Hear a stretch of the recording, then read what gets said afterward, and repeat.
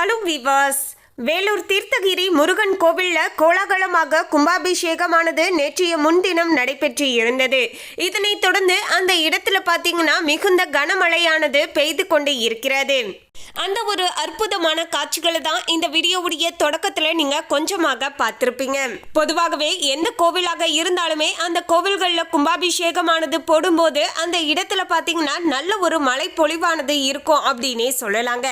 இதன் மூலமாக பாத்தீங்கன்னா அந்த கடவுள் பாத்தீங்கன்னா மனதார நம்முடைய பூஜைகளை ஏற்றுக்கொண்டதாக ஒரு ஐதீகமாகவும் சொல்லப்படுதுங்க.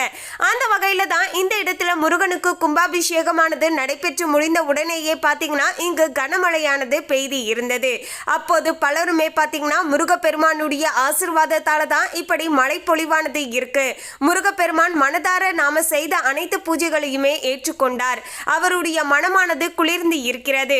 அதை வெளிப்படுத்தக்கூடிய வகையில தான் இப்படி நல்ல ஒரு மழையானது இங்கு பெய்து கொண்டு இருக்கிறது என்று ஒவ்வொருத்தருமே அவங்களுடைய தனிப்பட்ட கருத்துக்களை பாத்தீங்கன்னா பகிர்ந்து கொண்டு இருக்காங்க.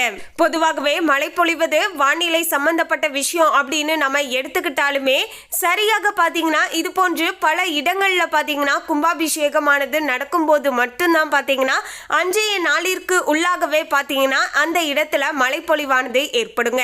இந்த கோவில்னு இல்லைங்க, உங்களுடைய வீட்டு பக்கத்திலேயே கூட பாத்தீங்கன்னா நீங்களே கூட பார்த்திருப்பீங்க. கும்பாபிஷேகம் நடந்து முடிந்த உடனேயே பாத்தீங்கன்னா மழை பொழிவானது வந்து விடுங்க.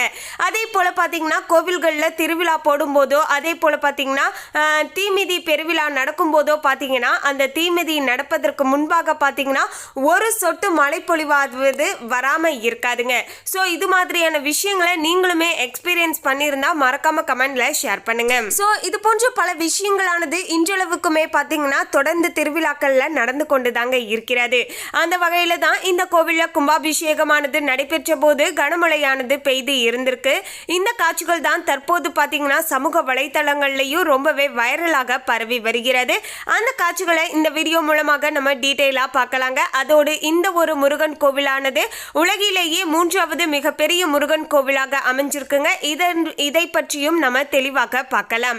அதோடு பார்த்தீங்கன்னா உலகிலேயே இருக்கக்கூடிய முதல் முருகன் கோவில் எங்கு இருக்கு, அடுத்து 2வது முருகன் சிலை எவ்வளவு பெருசாக இருக்கு, அடுத்து 3வதாக பார்த்தீங்கன்னா இப்போது வேலூர் தீர்த்தகிரியில வந்திருக்கு. இது பற்றி எல்லாத்தையுமே நம்ம தெளிவாக பார்க்கலாங்க. முருக கடவுள் உங்களுக்கு பிடித்த கடவுளாக இருந்தா ஓ முருகா போற்றி அப்படிங்கிற இந்த திருமந்திரத்தை கமெண்ட்ஸ்ல 3 முறை ஷேர் பண்ணிட்டு வீடியோவை லைக் பண்ணிட்டு பாருங்க. எத்தனை பேருக்கு முருக கடவுள் ஃபேவரட் கடவுள் அப்படிங்கறதையும் நம்ம தெரிஞ்சுக்கலாம். அதுக்கு முன்னாடி இன்னும் நம்ம சேனலை சப்ஸ்கிரைப் பண்ணலனா சப்ஸ்கிரைப் பண்ணிடுங்க. அப்படியே பக்கத்துல இருக்கக்கூடிய பெல் ஐகானையும் பிரஸ் பண்ணுங்க. வாங்க வீடியோக்குள்ள போகலாம். வேலூர் பெங்களூர் தேசிய நெடுஞ்சாலையில வெங்கடாபுரம் அடுத்த புதுவசூர் தீர்த்தகிரி மலையில பல நூறு ஆண்டு பழமையான வடிவேல் சுப்பிரமணிய சுவாமி கோவிலானது இயற்கை எழிலுடன் அமைந்து உள்ளதுங்க. கிட்டத்தட்ட இந்த கோவிலுக்கு பாத்தீங்கன்னா 100 ஆண்டுகள் பழமையான கோவில் அப்படின்னு சொல்லப்படுதுங்க. இந்த கோவிலுக்கு முன்பாக தான் 92 அடி உயரமுத்துல மிக பிரம்மாண்டமான முருகன் சிலையானது புதிதாக அமைக்கப்பட்டு உள்ளது. மலேசியாவில் உள்ள 10 மலை முருகன் சிலையை வடிவமைத்த திருவாரூர் ஸ்தபதி இந்த சிலையையும் வடிவமைத்து உள்ளதாக சொல்லப்படுதுங்க. தென்வடக்கு திசையை பார்த்தவாறு மிகவும் நேர்த்தியாக வடிவமைக்கப்பட்ட இந்த முருகன் சிலையானது மலை உச்சியில அப்படியே கம்பீரமாக காட்சியளிக்குதுங்க. அந்த மலை உச்சியில காட்சியளிக்கக்கூடிய இந்த ஒரு முருகன் சிலையோடு அப்படியே மலை துளிகள் படக்கூடிய அந்த ஒரு எழில்மிக்க காட்சிகள் தான் நம்மளுக்கு கிடைச்சிருக்குங்க. அந்த காட்சிகளை இப்போது நீங்களுமே பார்த்தீங்கன்னா மனம் குளிர பார்த்துட்டு வாங்க. பார்க்கும்போது ஓ முருகா போற்றி அப்படிங்கிற திருமந்திரத்தையும் மனதார உச்சரித்துக்கோங்க. இதுதாங்க அந்த ஒரு அற்புதமான காட்சி.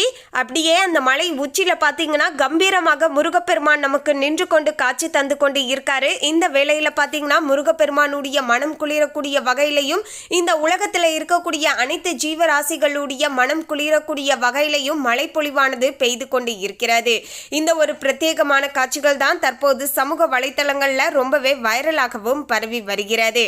மேலும் இந்த கோவிலுக்கு பக்கத்துல நீங்க இருக்கீங்களா, அதோடு பாத்தீங்கன்னா இந்த கோவில் கும்பாபிஷேகத்திற்கு நீங்க நேரடியாக சென்ற அனுபவம் இருந்தா அதையும் எங்களோட கமெண்ட்ல மறக்காம ஷேர் பண்ணிடுங்க.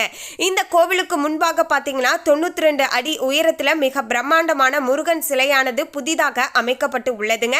அந்த ஒரு முருகன் சிலையை தான் இந்த வீடியோல நீங்க பார்த்திருப்பீங்க. இது வரைக்கும் நீங்க இந்த தகவல் எனக்கு எதுவும் தெரியாதுங்க அப்படின்னு சொல்லக்கூடியவங்க வீடியோக்கு கீழே பாத்தீங்கன்னா எஸ் அப்படின்னு டைப் பண்ணுங்க. உங்களுடைய வீடுகளிலேயே இருந்து மனம் குளிர பாத்தீங்கன்னா இந்த 92 அடி உயரம் கொண்ட இந்த பிரம்மாண்டமான முருகனை நீங்க மனதார நினைத்து கொண்டு உங்களுடைய வாழ்க்கையில எது நடக்கணும் அப்படின்னு ஆசைப்படுறீங்களோ அந்த விஷயத்தை மனதார கேளுங்க. நிச்சயமாக அந்த முருகனுடைய ஆசீர்வாதத்தால நீங்க விரும்பியது அப்படியே நடக்கும் அப்படின்னே சொல்லலாங்க.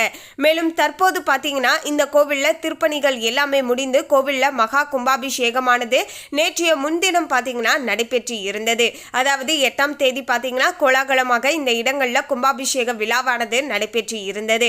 கும்பாபிஷேக விழாவில் ஆயிரக்கணக்கான பக்தர்கள் கலந்து கொண்டு சுவாமி தரிசனமும் செய்து வந்தார்கள். அவர்களுக்கு கோவில் சார்புல பிரசாதங்களுமே வழங்கப்பட்டது. கோவில்ல இன்று இரவு வான வேடிக்கை, மகா அபிஷேகம், அலங்கார தரிசனம், திருக்கல்யாண வைபவம் என்று பல நிகழ்ச்சிகளானது கோலாகலமாக அங்கு நடைபெற்று இருந்தது அப்படின்னே சொல்லலாங்க. அதோடு பார்த்தீங்கன்னா மாலை 6 மணிக்கு இசையமைப்பாளர் கங்கை அமரன் குழுவினர் மாபெரும் இன்னிசை நிகழ்ச்சியையும் நடத்தி இருந்தார்கள். பிறகு இரவு 10 மணிக்கு சாமியானது வீதி உலா நடைபெற்று இருந்தது. பிரம்மாண்ட முருகன் சிலையின் முன்பு குடும்பத்துடன் பக்தர்கள் செல்ஃபி எடுத்து மகிழ்ச்சியையும் பார்த்தீங்கன்னா வெளிப்படுத்தி இருந்தார்கள் என்பது குறிப்பிடத்தக்கது. எனவே தான் பார்த்தீங்கன்னா கும்பாபிஷேகமானது கோலாகலமாக நிறைவுற்ற உடனேயே முருகப்பெருமான் மனம் குளிர்ந்ததை சொல்லக்கூடிய வகையில் மழை பொழிவானது அங்கு ஏற்பட்டு இருந்தது. அந்த காட்சிகளை தான் பார்த்தீங்கன்னா இந்த வீடியோவில் நீங்கள் பார்த்து இருந்திருப்பீங்க. இதே போல உங்களுடைய ஊர்களில் பண்டிகை போடும்போது திருவிழாக்கள் நடக்கும்போது பார்த்தீங்கன்னா மழைப்பொழிவு இப்படி ஏற்பட்டு இருக்கா? அதோடு பார்த்தீங்கன்னா தீமிதி பெருவிழாவின் போது பார்த்தீங்கன்னா ஒரு சொட்டாது மழையானது வராமல் அன்றைய நாள் இருக்காது இல்லையா? ஸோ இது மாதிரியான விஷயங்களை நீங்களுமே பார்த்தீங்கன்னா நேரடியாக பார்த்த அனுபவம் இருந்ததுன்னா எங்களோட கமெண்ட்ல மறக்காம பார்த்தீங்கன்னா ஷேர் பண்ணிடுங்க. உண்மையாலுமே இதை 4 பேர் சொல்லும்போது அவ்வளவு நம்பிக்கையானது வருவது கிடையாதுங்க. அந்த இடத்துல உண்மையா நாமளே பார்க்கும்போது தான் பார்த்தீங்கன்னா ஒரு சிலிர் பூட்டக்கூடிய ஒரு அனுபவம் கிடைக்குது அப்படின்னே சொல்லலாங்க. ஏன்னா மழை வருவதற்கான எந்தவித அறிகுறியுமே இருக்காதுங்க. நல்ல ஒரு வெயில் காலமாக இருக்கும். இந்த நேரத்தில் எப்படா மழை வரும் அப்படின்னு நம்ம யோசிச்சுட்டு இருக்கும்போது திடீர்னு பார்த்தீங்கன்னா மழையானது பெய்யக்கூடும். ஐயோ மழை வந்துருச்சு, எப்படா அவங்க தீமிதி நடத்துவாங்க அப்படின்னு எதிர்பார்க்கிற நேரத்தில் பார்த்தீங்கன்னா மழையானது அப்படியே நின்றுருங்க. அதன் பிறகு தீமிதி பெருவிழாவும் மிக சிறப்பாக நடந்து முடிஞ்சிடும். அன்றைய நாள் இரவு இல்லைன்னா அடுத்த நாள் பார்த்தீங்கன்னா மீண்டும் அந்த இடத்துல பார்த்தீங்கன்னா மழை பொழிவானது இருக்க கொடுங்க. இந்த மாதிரியான விஷயங்களை நீங்களுமே எக்ஸ்பீரியன்ஸ் பண்ணியிருந்தா மறக்காம கமெண்ட்ல ஷேர் பண்ணிடுங்க. உண்மையாலுமே பார்த்தீங்கன்னா அங்கு தெய்வங்களுடைய அருளாசியின் மூலமாக தான் இது போன்ற பல அற்புதங்களானது அந்த இடத்துல நடந்து கொண்டு இருக்கு அப்படின்னே சொல்லலாங்க.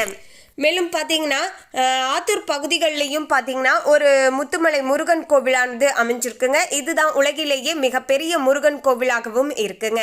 அடுத்து பார்த்தீங்கன்னா மலேசியாவில் அதிக எண்ணிக்கையிலான தமிழர்கள் உள்ளனர். தமிழர்கள் மட்டுமின்றி சீனர்களுமே வழிபடக்கூடிய கோவிலாக உள்ளதுங்க. இந்த கோவிலானது மலேசிய தலைநகர் கோலாம்பூரை அடுத்த 13 கிலோமீட்டர் தொலைவில் இருக்கின்றது. இங்கே இருக்கக்கூடிய முருகப்பெருமான் சுப்பிரமணிய சுவாமி என்று அழைக்கப்படுகிறார். இந்த குகை கோவில்கள் உள்ளே பல குகை உள்ளது. சுண்ணாம்பு குன்றுகளுக்கு அருகில் செல்லக்கூடிய 10 ஆற்றின் பெயரில் இருந்து 10 மலை என்னும் சொல்லானது உருவாகி உள்ளது. இங்க உள்ள சுண்ணாம்பு குன்றுகள் 40 கோடி ஆண்டுகள் பழமை வாய்ந்தவை அப்படின்னு சொல்லப்படுதுங்க. மலேசியாவின் 10 மலையில் உள்ள சிறிய குகையில வேல் மாதிரி உருவம் கற்பாறையில தெரிவதை கண்ட ஒரு தமிழ் பக்தர் ஒரு மூங்கிலை நிறுவி அதை வேலாக கருதி வழிபட்டு வந்தார். பிறகு உலோகத்திலான வேல் நிறுவப்பட்டு முருகப்பெருமானுக்கு ஆலயம் அமைக்கப்பட்டது என்கிறார்கள். தமிழகத்தில் நாகப்பட்டினத்திற்கு அருகில் இருக்கக்கூடிய திருமலையராயன் பட்டினத்தைச் சேர்ந்த கயோராகனம் பிள்ளை மலேசியாவில் குடியேறி நிறைய சம்பாதித்து இறைப்பணிகளுக்காகவும் செலவழித்தார். இவர் 1890 to 91 ஆண்டுகளில் பார்த்தீங்கன்னா 10 மலை குகை முருகப்பெருமானுக்கு ஆலயத்தை கட்டியிருந்தார். ஆரம்ப காலத்தில் முருகனை தரிசிக்க கரடு முரடான பாதையில் செல்ல வேண்டியதாய் இருந்தது. அதன் பின்பு 1938ஆம் ஆண்டுல இந்த மலைக்கோவிலுக்கு செல்ல 272 படிக்கட்டுகளை கொண்ட 3 3 நடைபாதைகளானது அமைக்கப்பட்டு உள்ளது. இவ்வழிகளை பயன்படுத்தி தரையில் இருந்து 400 அடி உயரத்தில் உள்ள கோவிலுக்கு சென்று சுப்பிரமணிய சுவாமியான முருகப்பெருமானையும் பாத்தீங்கன்னா தரிசித்து வந்து இருந்தார்கள். உலகின் மிகப்பெரிய முருகன் சிலை கோவிலை தமிழ்நாட்டைச் சேர்ந்த சிற்பி உருவாக்கம் கண்டது என்பதும் குறிப்பிடத்தக்கது. நம்முடைய தமிழர்கள் நமது நாட்டில் மட்டுமல்லாமல் தமிழ் கடவுளான முருகனுக்கு அயல் நாடுகளிலுமே ஆலயம் எழுப்பி பெருமை சேர்த்து உள்ளார்கள் என்றே சொல்லலாம். அடுத்து முத்துமலை முருகனை தொடர்ந்து தற்போது பாத்தீங்கன்னா தீர்த்தவாரியில பாத்தீங்கன்னா வேலூர் மாவட்டத்துல இப்போது இன்னொரு முருகன் கோவிலுமே சிறப்பாக அமைக்கப்பட்டு கும்பாபிஷேகமும் நடத்தப்பட்டு இருந்தது. இதனுடைய தகவலையும் நாம இந்த வீடியோல பார்த்து இருந்தோங்க. மேலும் இந்த தகவலை பற்றிய உங்களுடைய கருத்தை கமெண்ட்ல பதிவு பண்ணுங்க. இந்த தகவல் உங்களுக்கு பிடிச்சிருந்தா லைக் பண்ணுங்க, ஷேர் பண்ணுங்க. இது போன்ற சுவாரஸ்யமான தகவலை தெரிந்து கொள்ள சேனலை சப்ஸ்கிரைப் பண்ணுங்க. தேங்க்யூ.